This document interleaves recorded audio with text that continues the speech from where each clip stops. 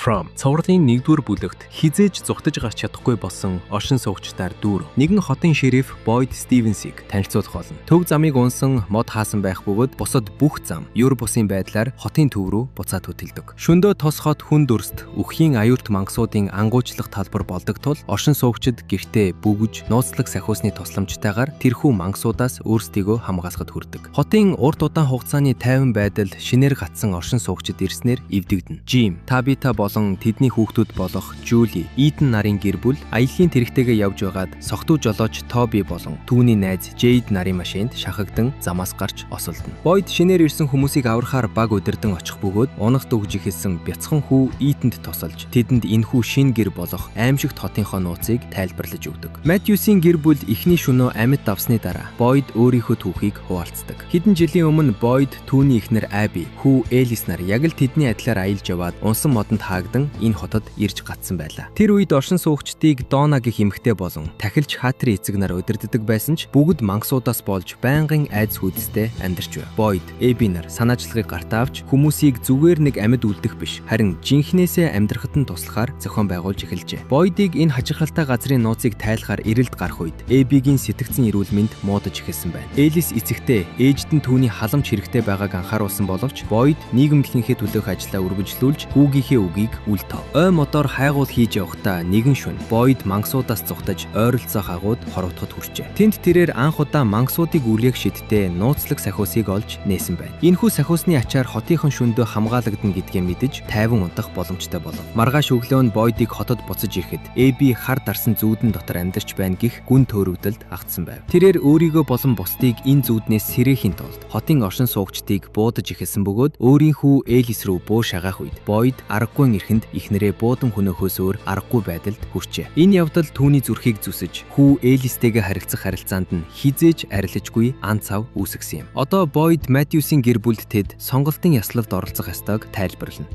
Тэд Бойдоор удирдуулж хэвийн андарсаар амьдрахыг хичээхийн сацуу зүгтах тах зоолно гэж найддаг хотод амьдрах уу?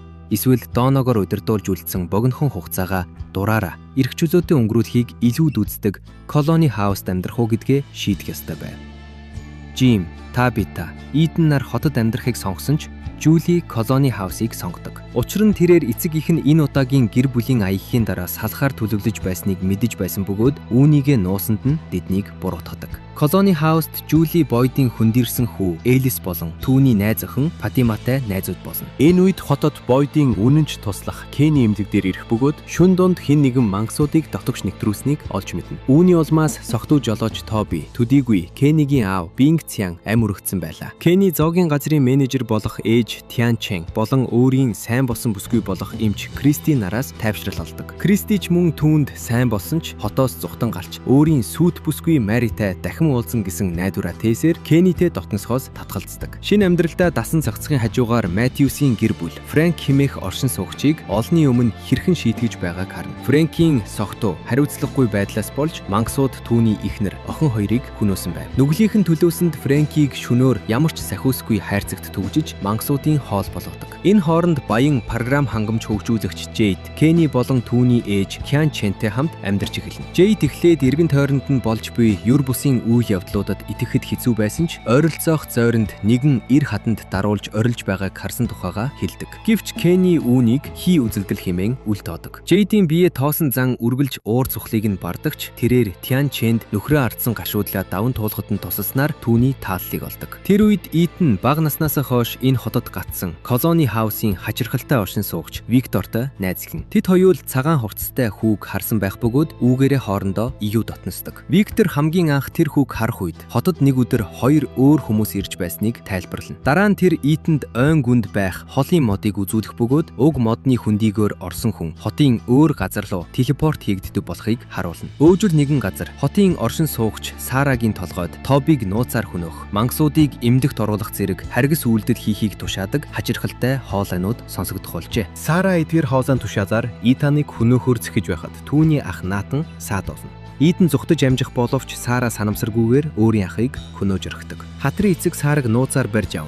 сонсогдоод байгаа хоолойнуудын талаар байцаах бөгөөд хотын оршин суугчид бол Библийн шинэ бүлгийг бичих Бурхны төлөвлөгөөний нэг хэсэг гэсэн өөрийн онолоо тайлбарлана. Сарагийн тайлбарласнаар Жейд болон Матьюсийн гэр бүл ирснээр хотын бүх хүмүүст үхэл авчрах болно. Харин дуу хоолойн тушаалыг дагснаар бүх хүн аврагдаж эцэст нь эндээс явах боломжтой болно гэж анхааруулсан байна. Табита хотын цахилгаан ямар их усүрээс ирдэв болохыг олж мэдэх хүсэлтэд автдаг.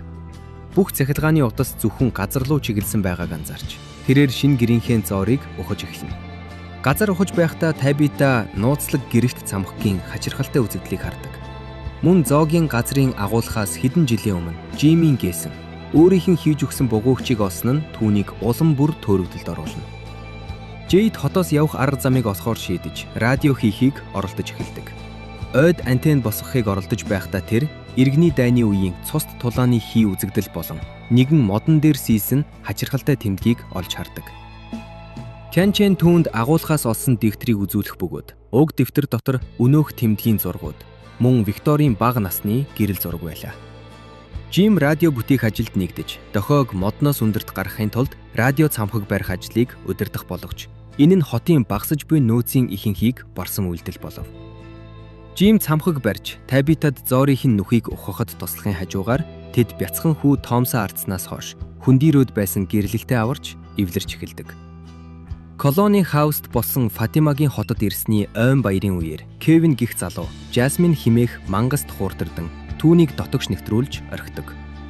Жасмин Кевинийг хөнөөгөөд зогсохгүй. Бусад мангасуудыг дотогш оруулснаар оршин суугчдыг хүйс тэмтэрч эхэлнэ. Энэхүү эмх замраагүй байдгийн үеэр Виктор Жулийг ойроо зүгтэн тусалж түүнд баахан зурсан зургуудаа өгөөд холын модоор дамжуулан зоорын аюулгүй газар руу телепорт хийж аварна. Энэ хооронд Дона хэсэг хүмүүсийг удирдан фургоо машинтай хот руу зүгтдэг. Бойд Катринаар колони хаусийнхнийг аюулгүй газар оруулахаар тусалж байх үед Катрин нэгэн мангаст үхлийн шарх авч өөрийнх нь энэ хотод өнгөрөөсөн хугацаа ямар ч зориггүй байсанд гэлцээр амьсгал хураад. Хятадаас хойш Элис, Фатима хоёр сүйтэв. Харин Жули гэр бүлийнхэнтэйгээ дахин амьдрахаар хот руу нүүдэг. Итан Викторийн Жулид өгсөн зөгнөлт гимээр зургуудад автаж тэдгээрийн утгыг тайлахаар шийднэ. Хотод айдас цөхрөл нэмэгдэхийн хэрээр Бойд хариул эсвэл гарах гарц олно гэж найдан аюул судлагдаагүй ой руу явхаар шийддэг.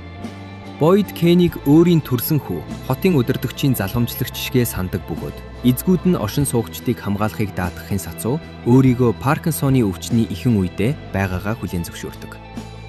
Фатимагийн дэмжлэгтэйгээр Элис эцгийгээ явхаас өмнө эвлэрч Бойд хүүгээрээ бахархаж хайртай гэдгээ хэлж амжина. Хатригийн итэд үнэмшлээс урам зориг авсан Бойд сонсдог хоолойнуудыг нь тэдэнд замыг зааж чадна гэж итгэн сараг ой руу хамт авч явахаар шийддэг. Ойн гүнд аялахдаа тэд шилэн зонхноо дүүжсэн нэгэн модыг олдог. Бойд лонхнуудыг шалгаж байхад сарад уналт өгнө. Шөнө нь майхандаа сараг асарч байхдаа Бойд нэгэн лонхноос зүгээр л 1864 гэж бичсэн зурус олж уншина. Сарад дахин өнөөх хоолойнууд сонсогдох бөгөөд ойд мангасуудаас илүү аюуртай зүйлс байгааг анхааруулж Бойдыг эхнэр Эбигийнхэн дууддаг байсан хочоор нь дууддаг.